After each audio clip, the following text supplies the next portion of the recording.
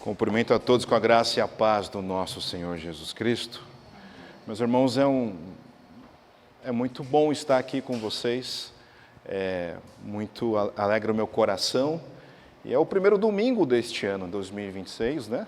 E aqui estamos para um novo momento. Estou chegando aqui na igreja e eu espero que Deus me ajude a servi-los, a ser instrumento de bênção na vida de vocês. Eu espero que Deus os ajude a ser instrumento de bênção na minha vida também. E assim servindo uns aos outros, para a honra e para a glória do nosso Senhor Jesus Cristo. Eu convido para que você abra sua Bíblia no Salmo 46. Salmo 46.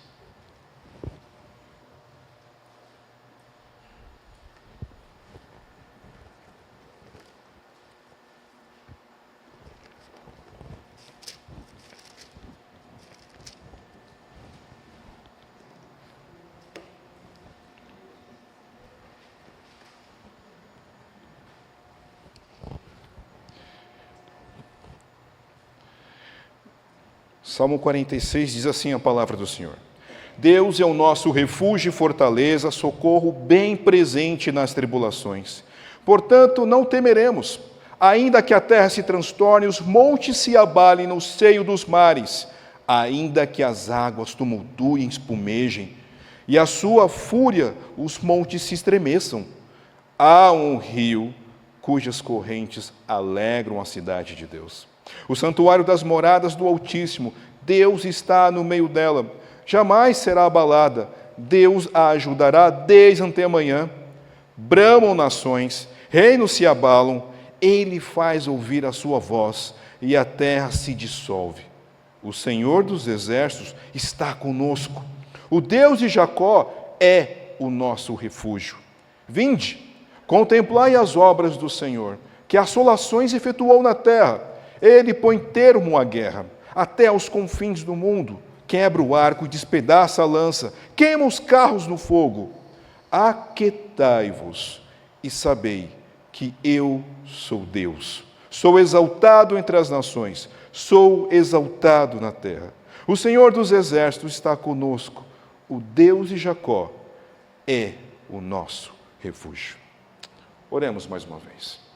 Pai Santo, nessa hora eu te peço humildemente que o Senhor me use como instrumento nas tuas mãos, que a exposição da palavra seja fiel e que o Senhor faça o que te apraz no meu coração e no coração da tua igreja. No nome de Jesus. Amém.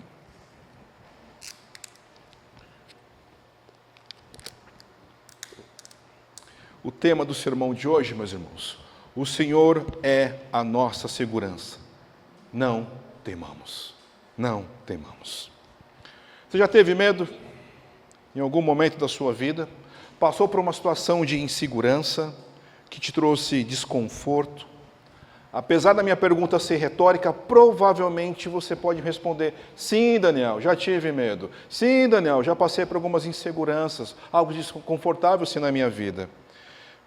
Sim, perigos, ameaças, inseguranças, nesse mundo quebrado, dominado pelo pecado, é o que nos assola o coração. E por vezes, essas situações, em diversas áreas da vida, acontecem ao nosso coração. É algo comum, sim. Eu me recordo que na minha infância, a minha mãe trabalhava naquela época como doméstica, né? Trabalhava como diarista, melhor dizendo. Né? É a mesma coisa, né? Vocês entenderam. E por vezes, por conta da situação em casa, meu pai também trabalhava fora, comum com todo mundo, minha mãe me levava, a mim e por vezes meu irmão também, para trabalhar com ela. Não para trabalhar, mas para irmos, para não ficar sozinho em casa, né? E às vezes isso era muito bom, porque tinha crianças, a gente podia brincar com essas outras crianças. Às vezes era ruim demais, porque criança, gente, é complicado, tá? Criança também é pecadora. E às vezes tinha muita briga, algumas coisas assim. Crianças maldosas. E minha mãe observava tudo isso. E minha mãe dizia o seguinte: Dan, quando você ficar com uma situação assim, chateado, com medo, ou estiver implicando com você, vem e encosta na perna da mãe. Fica perto da mãe. Perto da mãe, não tem problema. Perto da mãe, ninguém vai mexer com você. o meu local de proteção, de grande segurança, onde eu não precisava temer, era perto da minha mãe. Ali estava tudo bem. O sermão de hoje, meus queridos, vai nos mostrar que nós temos um grande protetor. E por isso, nós não precisamos temer. O Salmo 46 é um salmo de cântico de vitória. É um salmo que ele foi cantado e precisa ser cantado em alto bom tom. É assim a instrução aqui antes do Salmo 46. Por quê? É para um cântico de celebração, um cântico de festa, de grandes vitórias que Deus já havia concedido ao povo de Israel anteriores. Cantar é celebrar, lembrar aquilo que Deus já fez de bom. Mais à frente eu vou especificar qual o motivo de celebração, qual a grande vitória que Deus havia concedido ao povo de Israel. E eu quero apresentar 3 principais ensinos através desse sermão. O primeiro é: quem é Deus? Ele abrange então os 3 versículos primeiros. Quem é Deus? E o salmista começa dizendo: Deus é o nosso refúgio e fortaleza, socorro bem presente nas tribulações. Essas afirmações que abrem então o versículo 1 do Salmo 46, elas são afirmações importantes, extremamente importantes. E só pode ser feito a quem tem certeza e convicção de quem é Deus, sobre a pessoa de Deus. Veja que não é uma possibilidade. Eu acho que Deus é. Eu acho que possivelmente um dia ele seja. Não é isso que o salmista está falando. Ele está simplesmente com a sua convicção afirmando: Deus é. E o que ele é? O nosso refúgio e fortaleza, socorro bem presente nas tribulações, expressando assim total convicção e certeza da pessoa de Deus, absoluta certeza, Deus é. Só pode dizer isso quem já experimentou e conhece a pessoa de Deus, e o salmista conhece. O salmista tem plena convicção de quem é Deus. Mas por que refúgio? Por que o salmista trata essa questão de refúgio? Naquele contexto, refúgio, fortaleza, reflete muito bem a ideia de proteção e segurança. É exatamente isso. Ele quer trazer para a gente a questão de proteção e segurança, representados naquela época por muros fortificados altos contra inimigos. Isso era necessário. Esse era o contexto de Israel, fortificadas contra inimigos com muros altos. Por que disso? Outros povos, era comum naquele contexto, e não diferente de hoje. A gente não vive isso no Brasil, tá? Mas guerras acontecem desde a formação do mundo. Desde que o mundo é mundo, o mundo quebrado, acontecem guerras. E Israel vivia essa questão de guerras. E outros povos também daquela época. E quando outros povos invadem outras cidades fortificadas, acontece uma grande quantidade de coisas, diversidades, por exemplo, de violências, toda sorte de violência. Sequestros, né? Pessoas são retiradas do seu lar, da sua proteção, da sua casa, do seu conforto, os seus pequenos castelos. Já pensou você sendo sequestrado da sua casa para ir para uma outra cidade, um outro povo, outra língua? Escravidão, porque agora você é escravo, você perde a sua autonomia e você é escravo de um outro povo que vai te subjugar para você trabalhar para ele. Abusos de filhas, esposas, irmãs da nossa estrutura de família, roubos. Considere que a agropecuária naquela época era grande sustento. O povo precisava plantar. O povo esperava a chuva cair, regar, nascer no devido tempo para poder plantar, colher e se alimentar disso. E os seus celeiros, uma espécie de celeiros, por exemplo, onde você guarda ali as suas comidas, e vem outros povos para trazer toda a sorte de violência, para te sequestrar, para abusar as nossas filhas, nossas irmãs, para roubar, para nos subjugar. Isso era algo difícil, duro para aquela época, fora os assassinatos. Muitos naquela época aconteciam em razão dessas invasões.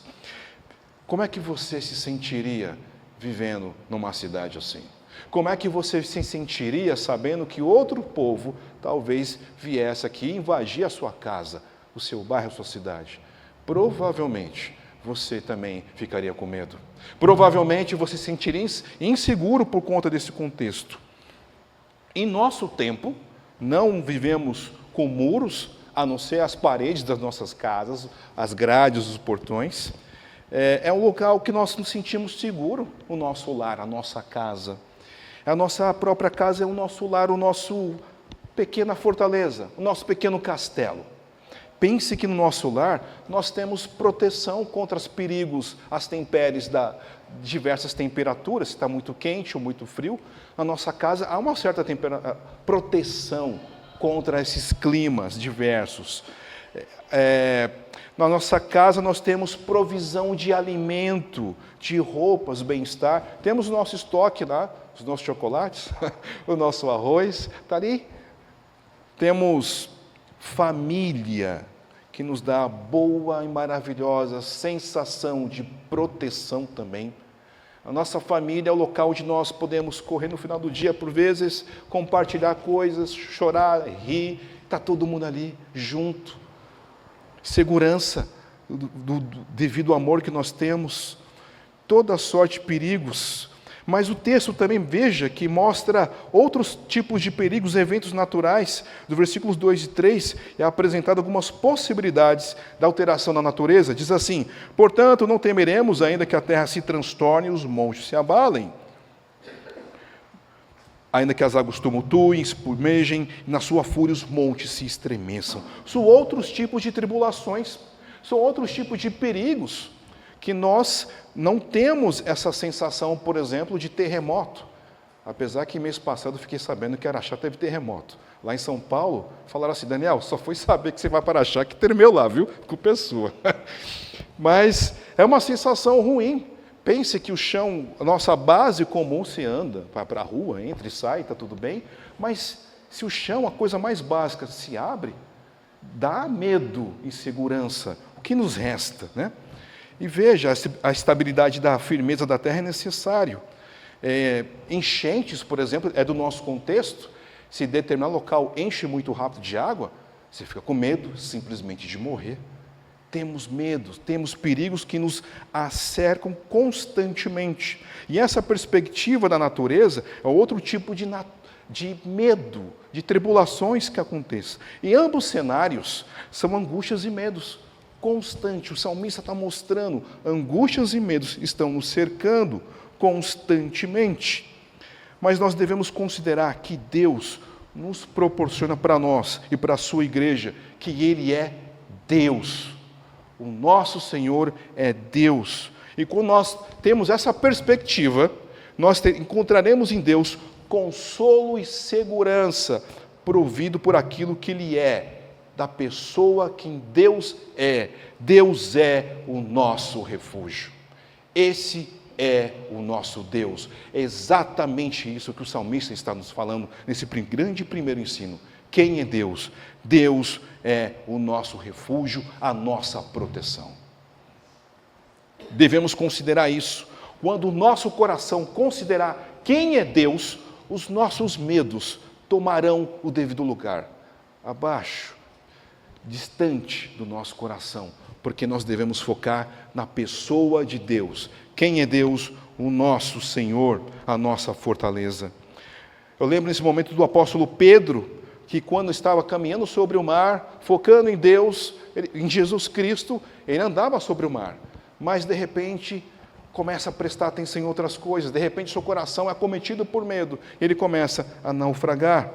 Pensamos e devemos tão somente olharmos, focarmos na pessoa de Deus. A pergunta que eu te faço é: quem é o seu refúgio?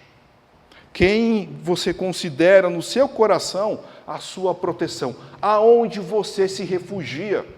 Aonde você se esconde quando as coisas te dão medo?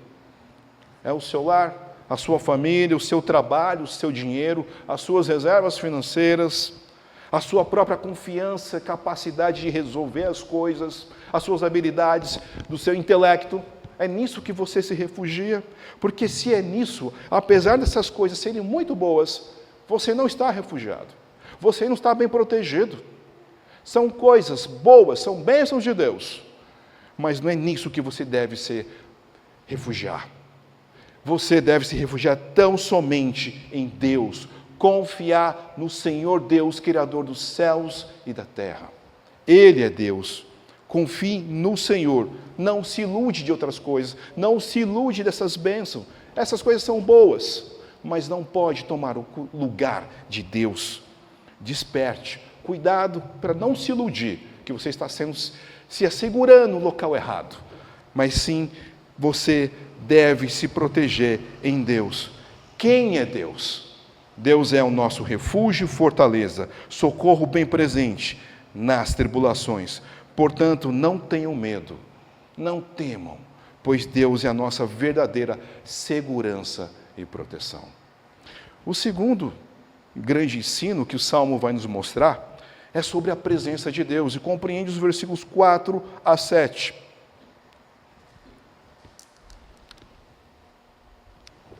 E diz assim: há um rio cujas correntes alegram a cidade de Deus, o santuário das moradas do Altíssimo. Deus está no meio dela, jamais será abalada. Que rio é esse? O que o salmista está falando? Shiloá. É um rio bem fraco, pequeno, não vistoso, mas estava dentro do contexto estrutural ali de Jerusalém. Não é um rio robusto, bonito, igual os rios Nilo e Eufrates, que é da região. Eram uns rios bastante vistosos, nada disso. Mas para efeito de sustento, de sobrevivência do próprio Deus, do próprio povo de Israel, ele servia muito bem dentro de Jerusalém. E outros povos inimigos não sabiam da sua existência. Foi Ezequias que fez um tipo de reservatório ali, para que o povo tivesse água. Se tem água, há vida, há sobrevivência, consegue plantar ainda. Foi proposital, isso está registrado lá em Isaías 10:11, para efeitos de curiosidade. Ainda que os inimigos cercassem Jerusalém, estaria tudo bem. Há ali uma proteção, há uma provisão. Mas, ao mesmo tempo, é preciso olhar para esse texto e compreender algo diferente. Uma perspectiva mais profunda, que a grande provisão não está na própria existência do rio. Esse rio significa a presença de Deus com eles. Deus está presente, e a sua presença sustentaria o povo de Deus, se esse povo de Deus confiasse nele. Deus é presente. A presença de Deus era o fator do povo não precisar temer. Deveriam tão somente confiasse em Deus, haja o que houvesse, não importa os perigos, Deus é presente, nós estamos em paz e protegidos. Jerusalém não tem simplesmente um rio vasto, Deus é o próprio rio sustentador de águas vivas. De Deus nós temos águas vivas, assim como Jesus é a fonte de água viva, quando ele mesmo se apresenta lá no Novo Testamento. Deus é presente na vida do seu povo. O segundo grande ensinamento é que Deus é presente. O Salmo 46, eu comentei no início do sermão, que ele é referente a uma vitória concedida a Deus dos seus inimigos. E está ali registrado em 2 Crônicas 32, 9 e 19, você não precisa abrir, mas eu quero mostrar brevemente sobre essa grande vitória. Senaqueribe era um grande lutador, conquistador, rei da Síria, e pretendia então invadir Judá. Ele não respeitava a Deus, não temia o Senhor, não temia ninguém. O seu histórico de grandes vitórias contra outros povos era aquilo que estava no seu coração, era o seu grande currículo. Ele queria conquistar, ele queria invadir, ele tinha grande poder militar para fazer aquilo que eu havia explicado no começo, diversos tipos de violências à invasão.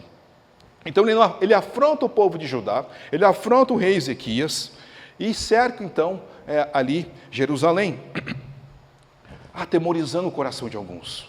Pense, quer dizer que um outro povo vem agora afrontar a gente, vem um outro povo invadir, para destruir, para subjugar. Temores, por vezes, de repente, o inimigo levanta gente para afrontar a nossa vida, gente ou situações para amedrontar o nosso coração. E essa exatamente era o contexto aqui, segundo Crônicas 32, 9 e 19. Ele afrontava, ele escrevia cartas para que o povo entendesse que não respeitava a Deus, não tinha temor ao Senhor. E nesse exato momento, meus irmãos, quando o inimigo se levanta, situações contrárias para a nossa vida, ele tem força para atemorizar o nosso coração, a anular a nossa capacidade de pensar, deixarmos tristes, cansados, desgastados, ansiosos, desanimados, preocupados, perturbados. Problemas da vida faz isso conosco. É só parar para pensar. Isso abate o nosso coração, deixa a gente ansioso, extremamente desanimados, cansados. É isso que acontece diante de situações difíceis. O que nós devemos fazer? Nós devemos fazer o que Ezequias, melhor dizendo, fez diante de um grande problema que ele não podia resolver, diante do temor que crescia. Ele tão somente resolve orar a Deus.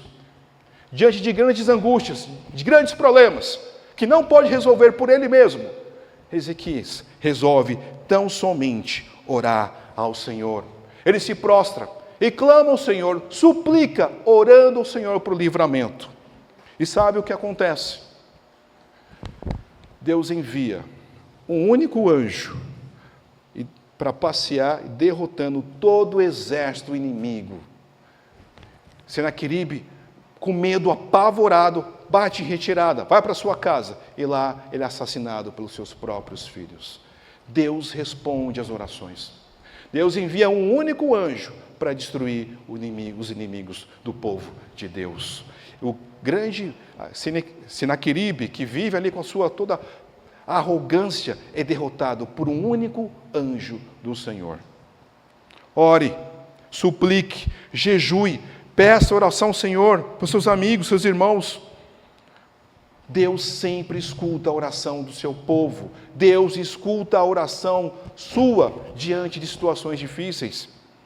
Clame ao Senhor, suplique tão somente ao Senhor.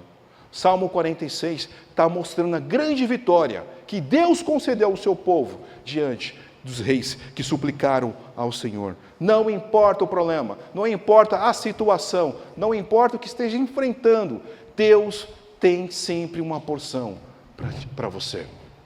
Deus escuta a sua oração. Ele é Deus. Ele se inclina para o seu povo. Lembre-se disso. Ore a Deus. Suplique ao Senhor. Ele responde às nossas orações. Ao povo de Deus não faltará ajuda. Você precisa lembrar disso. Ao povo de Deus não faltará ajuda do nosso Senhor. Deus é presente no meio do seu povo. Existe Deus na sua casa?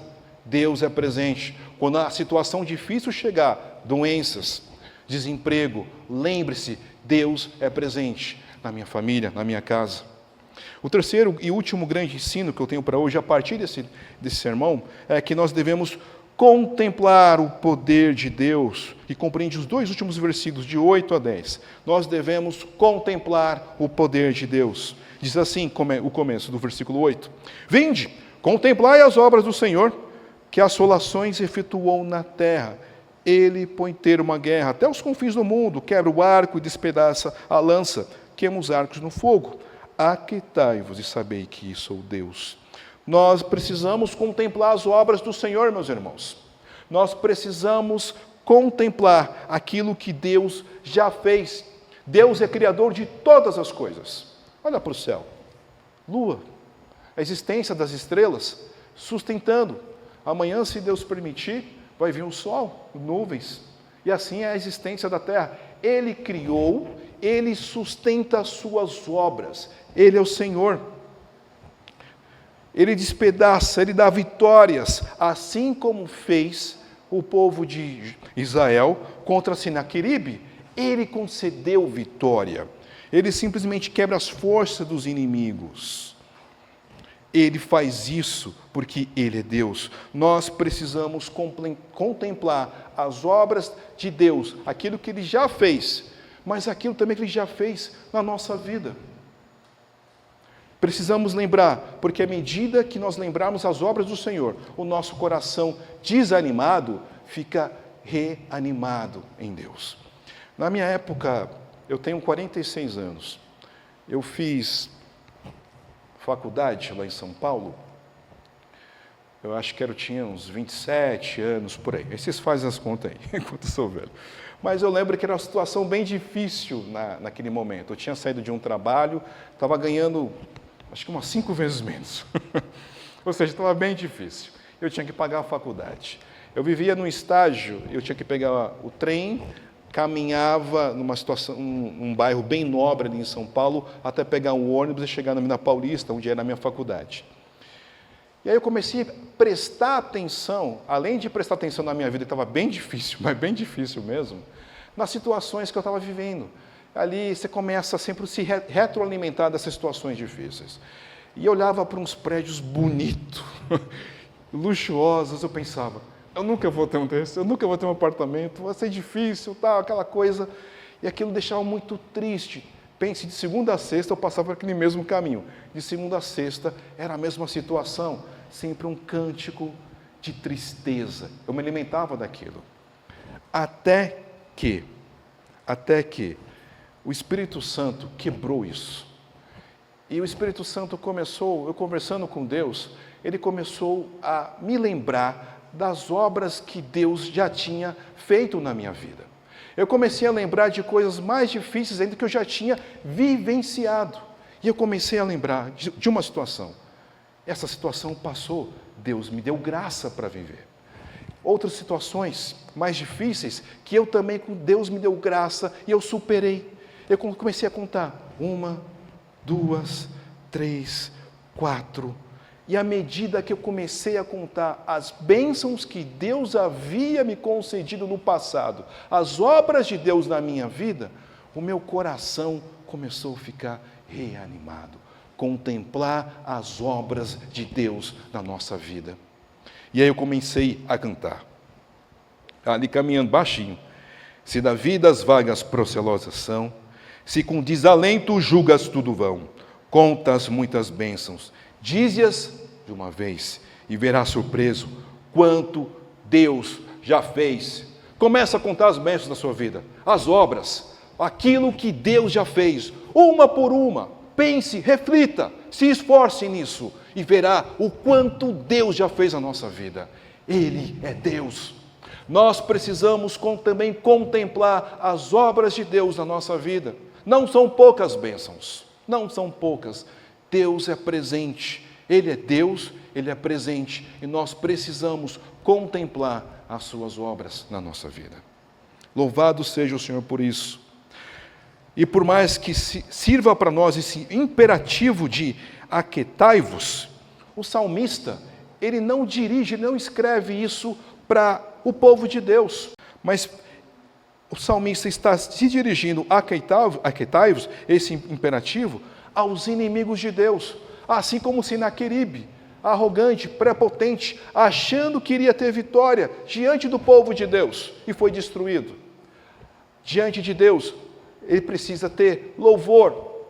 Diante de Deus, louve ao Senhor, adore ao Senhor, porque é isso que nós devemos fazer diante do nosso Senhor. Aquietai-vos e sabeis que eu sou Deus.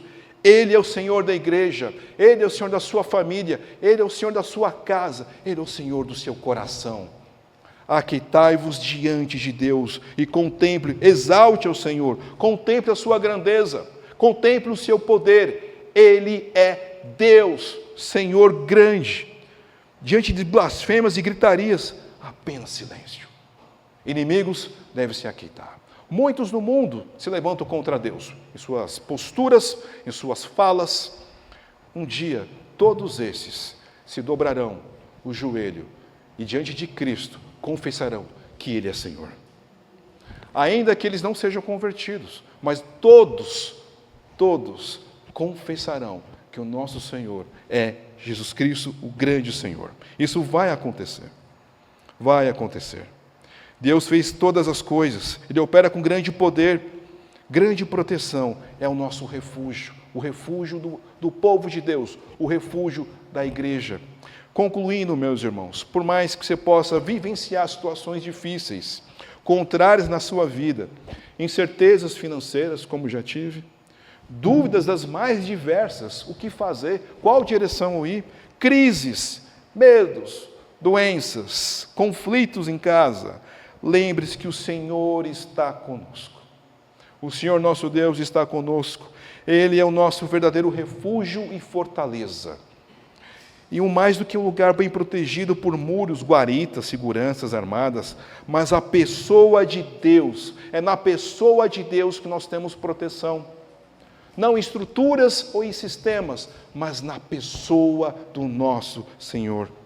A segurança da nossa vida, da nossa salvação, está na pessoa do nosso Deus, que enviou Jesus Cristo, o nosso Salvador, que resolveu o maior dos nossos medos, o maior das nossas angústias, nos livrou da morte eterna do inferno. E louvado seja o Senhor por isso. Em Deus, em Cristo, nós temos reconciliação, Ele é presente conosco, Ele é o Emmanuel, não estamos sozinhos. Lembre-se que diante do medo, das angústias, das inseguranças, não estamos sozinhos. O Emmanuel é presente e conosco. Se antes eu me protegia, assim como coloquei na minha introdução, ilustração, perto da minha mãe, e ela me ensinou sobre Cristo. E hoje eu me refugio na pessoa do nosso Senhor. Que Deus assim te abençoe, que Deus guie o seu coração e que você possa se refugiar tão somente no nosso Senhor Deus. Quem é Deus? A nossa proteção, refúgio, nosso seguro presente. Deus está presente conosco, com o nosso povo, a nossa igreja. Lembre-se, contemple as obras do Senhor na nossa vida. Que assim Deus nos abençoe.